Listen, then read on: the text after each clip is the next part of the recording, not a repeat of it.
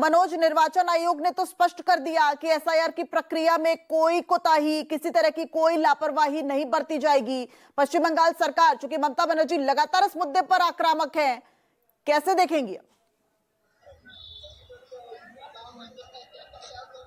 जी बिल्कुल, देखिए जो ये आपको बता दें दिव्या कि 7 जो अधिकारी हैं ये पंजीकरण ये चुनाव के जुड़े अधिकारी हैं। देखिए 7 अधिकारियों के ऊपर भी ये गाज गिरा गया है और साफ तौर पे कहा गया कि इनकी सस्पेंशन किया जाए, इन्हें सस्पेंड कर दिया जाए।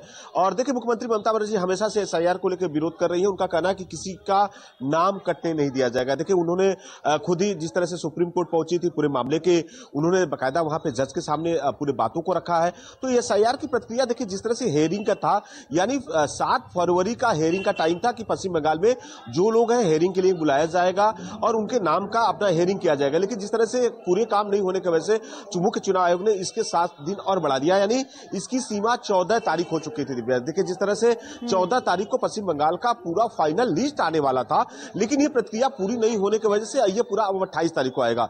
इन अधिकारियों के ऊपर में देखिए आरोप लगा गया है कि जो सही तरीके से जो अब यहाँ पे वेबसाइट पे अपलोडिंग का काम होता है, यानी जो डाटा मुख्य तरह से जो बीएलओ डाटा इनके पास लाते हैं, वो जो डाटा है वो फाइनल चुनाव आयोग के पास जाता है कि किनका नाम यहाँ पे जुड़ा है। और जो हेयरिंग के द्वारा देखिए कई लोग ऐसे थे जिनके सरनेमों में थोड़ा सा मिस्टेक था, यानी किसी का नाम यदि कोई टाइटल में ए और ओ है, इन शब्दों का था, उसी के तहत सभी लोगों को हेयरिंग में बुलाया गया था। और कहीं ना कहीं इन सब चीजों में इन 7 अधिकारियों का एक तरह से लापरवाही पाया गया है। इसको लेकर ही चुनाव आयोग ने मुख्य यहाँ पे आदेश दिया है कि इन्हें सस्पेंड किया जाए। देखिए एक बड़ी कार्रवाई है चुनाव आयोग की तरफ से कि यदि ऐसे चुनाव आयोग यदि लापरवाही करता है, इन अधिकारियों के खिलाफ लापरवाही का आरोप लगते हैं, उस पर कोई कार्रवाई नहीं होता है, तो और भी जो अधिकारी इससे जुड़े हुए चुनाव आयोग के प्रक्रिया से जुड़े हुए कहीं ना कहीं इस चीजों में घपला देखा जाएगा। इसलिए सख्त कार्रवाई किया गया है। तो बड़ा ये एक तरह से कह सकते हैं कि कदम है और इसको लेकर पश्चिम बंगाल में देखिए लगातार विरोध प्रदर्शन प्रोटेस्ट हो रहा है और अब ये एक तरह से फाइनल लिस्ट आने वाला है। तो कहीं ना कहीं देखिए इस तरह का है।